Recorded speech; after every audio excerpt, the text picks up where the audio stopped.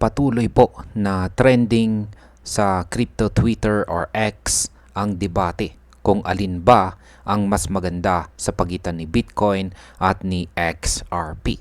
Isa po kasing kilalang Bitcoin maximalist ang muling nagbigay ng kanyang opinyon tungkol sa kung alin ang mas pipiliin niyang hawakan or i-hold. Kaya yan po ang siyang ating pag-uusapan sa video na ito. Pero bago po tayo magpatuloy ay pakibasa na lamang po muna ang disclaimer dito po sa ibaba ng ating screen. Yan, simulan po natin kung ano po ang sinabi ng Bitcoin maximalist tungkol sa kanyang pipiliin. Muli pong nabuksan ang usapan kung alin ang mas may potensyal sa pagtaas ng presyo. Si Bitcoin ba o si XRP? Nang magbahagi po si Susie BDDS ng kanyang panibagong opinyon kung alin ang mas pipiliin niyang i-hold. Yan, dati pong dentista itong si Susie BDDS at sinabi niyang naparitar niya ang kanyang sarili at ang kanyang asawa gamit si Bitcoin. Ayon po sa kanya, mas pipiliin niyang hawakan ang 0.0027 BTC kaysa sa 100 XRP. Sa market ngayon, ang 0.0027 BTC ay nasa halagang $329.4. Samantalang ang 100 XRP ay nasa $327. Ibig sabihin, halos magkapareho ang value. Pero mas nakikita niya ang tiwala at potensyal kay Bitcoin. Ang ganito pong pahayag mula sa isang kilalang Bitcoin supporter ay maaring magdagdag ng kumpiyansa or confidence sa Bitcoin holders, sa mga Bitcoin holders at magdulot ng bahagyang pagtaas ng presyo kung sumabay ang sentiment ng market. Ngayon ay bakit po may matinding kompetisyon sa pagitan ni Bitcoin at ni XRP? Kapansin-pansin na parehong ipinagmamalaki ng XRP at Bitcoin communities na mas magaling ang kanilang hawak na crypto kumpara sa kabila. Matagal na itong friendly rivalry pero minsan nagiging mainit na usapan sa social media. Para sa ilan ay malaking bagay na kasama si XRP sa ganitong klase ng usapan dahil ibig sabihin ay tinitingnan ito bilang isa sa mga top tier cryptos. May nagsasabi pa nga na parang libreng promotion ito para kay XRP dahil kahit ang mga Bitcoin maxis ay napag-uusapan po siya.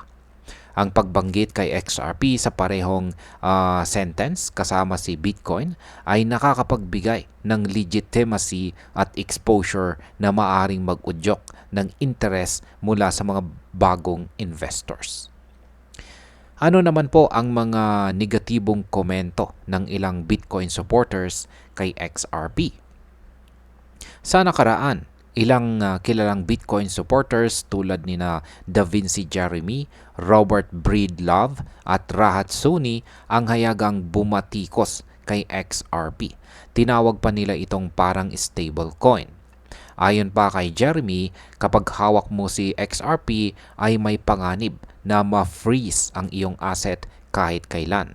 Gayunpaman, may ilan sa kanila ang kalaunan ay nagsisisi matapos makita ang pag-angat ng presyo ni XRP mula 0.50 hanggang lampas $3. Ang ganitong mga kritisismo ay maaaring makapagpababa ng confidence ng ilang investors. Pero kung tumataas ang presyo, maaari rin itong maging catalyst para sa short-term rally dahil sa FOMO. Ngayon ay bakit po naniniwala ang ilang XRP supporters na mas maraming milyonaryo ang gagawin ni XRP? Ayan, meron pong ilang supporters sa XRP na naniniwalang mas marami siyang gagawing milyonaryo kumpara kay Bitcoin. Ayon po kay Amonex, masyadong mababa ang presyo ni XRP kumpara sa tunay na potensyal nito lalo na sa cross-border payment utility. Para sa kanya, kung si Bitcoin ay nakagawa ng maraming milyonaryo mula sa presyo nitong wala pang $1 hanggang umabot ng higit $121,000, kaya rin itong lagpasan ni XRP sa tamang panahon. Ang ganitong pahayag mula po sa influencer ay pwedeng magdulot ng hype na magtutulak sa short-term buying pressure para kay XRP. Ngayon ay posible ba talagang maabot ni XRP ang presyong $1,000? Ayon po sa crypto researcher na si Anderson, may posibilidad na umabot sa XRP sa $1,000 kung makakarating si Bitcoin sa presyong $1 million. Kung mangyayari ito, mas malaki po ang porsyento ng pag-angat ni XRP kumpara kay Bitcoin.